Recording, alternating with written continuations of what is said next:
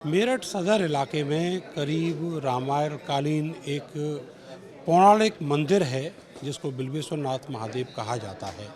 इस मंदिर के बारे में कहा जाता है कि यहाँ पर रावण की पत्नी मंदोदरी भगवान महादेव की पूजा अर्चना के लिए प्रतिदिन आया करती थी, क्योंकि मेरठ को महाराष्ट्र कहा जाता है और ये मंदोदरी का मायका है। अब इस मंदिर में एक पौराणिक कुआं है जिसको पिछले कुछ सालों में ढक दिया गया कचरे से भरकर, और उसको लेकर तमाम मांगें चली आ रही हैं कि उस कुएं को फिर से खुलवाया जाए। अंततः ये मामला अब नेशनल ग्रीन ट्रिब्यूनल में जाकर एक रिट याचिका फाइल हुई है, और उसके बाद अब इस मामले में जो नोटिस हैं वो बहुत सारे लोगों को जारी हुए हैं, जिसमें मेरठ के डीएम, उत्तर प्रदेश के चीफ सेक्रेटरी, मेरठ के एसएसपी तक शामिल हैं। मेरे साथ राशि शर्मा हैं जो इस पूरे मामले की वकील हैं। आप ये बताइए कि ये जो पूरा मामला है वो है क्या, किस तरीके से मंदिर के कुएं पर एनक्रोचमेंट किया गया? सर, ये एक माइथोलॉजिकल बिलीफ है जो ऑलमोस्ट 100 ऑफ ईयर से चलता आ रहा है कि यहाँ पे रावण की वाइफ मंदोदरी पूजा करने आती थी, उसी कुएं से जल लेके भगवान शंकर जी पे चढ़ाती थी। उसी कुएं का पानी का इस्तेमाल लोग पीने के लिए करते थे, क्योंकि वो एक क्लीन ग्राउंड वाटर सोर्स है।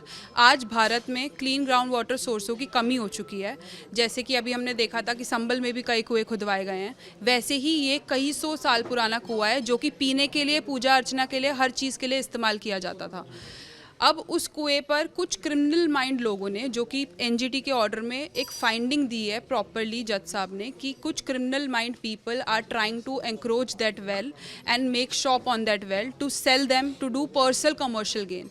अपने पर्सनल बेनिफिट के लिए वो उस कुएं को भर दिया गया है और उस पर कंस्ट्रक्शन करना चाहते हैं। तो समय रहते जब हमने इस मैटर से रिलेटेड डीएम को, चीफ सेक्रेटरी को, आर्कियोलॉजिकल डिपार्टमेंट को कई कंप्लेंट्स करी, पर उन कंप्लेंट्स पे कोई एक्शन लिया नहीं गया। आरटीआई भी लगाई, पर उसके बाद अब we were left with no other option but to approach the honourable tribunal, because NGT is the only authority पूरे भारत में जो कि पानी से, जल से, पर्यावरण से रिलेटेड एक्शन लेता है।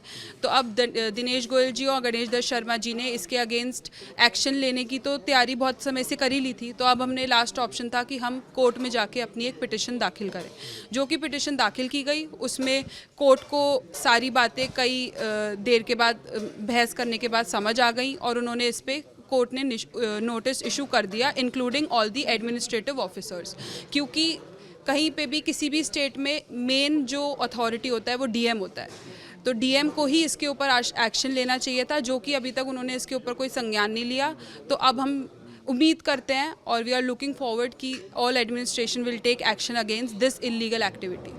दिनेश गोयल जी, जो मेरठ कैंट से कई बार पार्षद रहे हैं और इस पूरे मामले में याची भी हैं, सर ये बताइए कि ये जो कुआं है इसको जो पूरा एनक्रोचमेंट करके ढका गया, तो उसके पीछे क्या साजिश है और कौन लोग इसमें शामिल हैं? वो कौन लोग हैं? तो आपने कुछ पार्टी भी बनाई? जी हाँ, हमने करीब 12 लोग जो प्राइवेट लोगों को पार्टी बनाया और 13 लोग प्रशासनिक लोगों को बनाया। काफ़ी टाइम से हम लोग लिखते आ रहे हैं, लेकिन किसी किस्म की कोई इस पर कार्रवाई नहीं की गई। आखिरकार हम लोगों को कोर्ट में जाना पड़ा, और कोर्ट ने जो भी ऑर्डर किए वो आपके सामने है।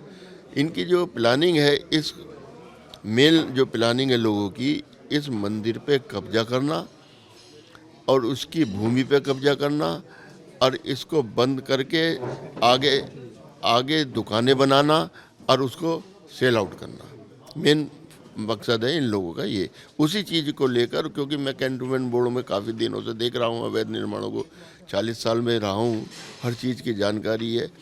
तो उसी को लेकर हमने और पंडित जी ने ये प्रयास किया कि कहीं ना कहीं तो कुछ ना कुछ हम लोगों को या पब्लिक को कुछ ना कुछ तो राहत मिलेगी।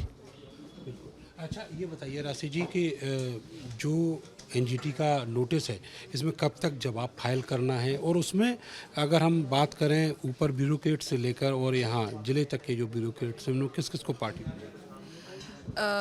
आप सभी लोग परिचित हैं कि इस मंदिर में एक जगन्नाथ मंदिर भी है। उस मंदिर पर भी कुछ लोगों ने कब्जा करने की कोशिश करी थी, कर रहे हैं, अपने कुछ एक्टिविटीज़ से, कुछ गलत डॉक्यूमेंट्स बना के, जिसके ऊपर डिस्ट्रिक्ट जज ने भी काफ़ी आदेश पास कर दिए कि वो डॉक्यूमेंट्स भी गलत हैं। जैसे कि गणेश अग्रवाल, पारस पवन गर्ग, विवेक रस्तोगी, पारस गोयल, सुरेंद्र सिंधु, विजय गोयल, हरीशचंद्र जोशी, गैंगस्टर रूपक जोशी।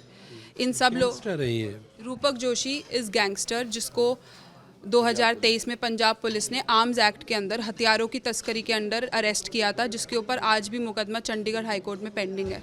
उस आदमी ने मंदिर के कुएं के कमरे के ऊपर आज पर्सनल कब्जा उस आदमी का है, जिसका साथ देते हैं गणेश अग्रवाल और पवन गर्ग। और उसी सिनेरियो को लेके, कब्जे को लेके इन लोगों ने कुएं को भी भर दिया गया।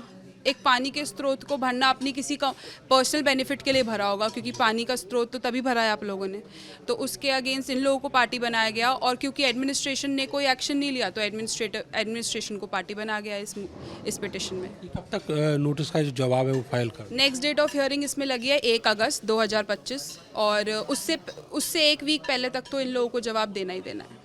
बहुत शुक्रिया हमसे बात करने के लिए। तो इस मामले में अब रिट दाखिल हुई है एनजीटी में, और वहाँ पर सबको, जिन जिन को पार्टी बनाया गया है, सबको अपनी अपनी जो जिम्मेदारियां हैं उसके हिसाब से जवाब देना है, अपना पक्ष रखना है। लेकिन सवाल ये है कि एक पौराणिक कुआं जिसकी उम्र करीब करीब 5000 साल से भी ज़्यादा है, उसको किस तरीके से एनक्रोच करके बंद कर दिया गया और उसके ऊपर अब निर्माण करने की योजना है। सवाल ये भी है कि एक तरफ संभल है जहां पुराने पौराणिक कुएं खोदे जा रहे हैं और वो सरकार की मंशा में शामिल हैं, मगर यहाँ सेम स्थिति है, मगर जो जिला प्रशासन है वो चुप बैठा हुआ है। कोई एक्शन इस कुएं के पुनर्निर्माण के ऊपर, पुनरुद्धार के ऊपर नहीं हो रहा है। कैमरा सहयोगी सानू के साथ मैं नरेंद्र, भारत समाचार, मेरठ।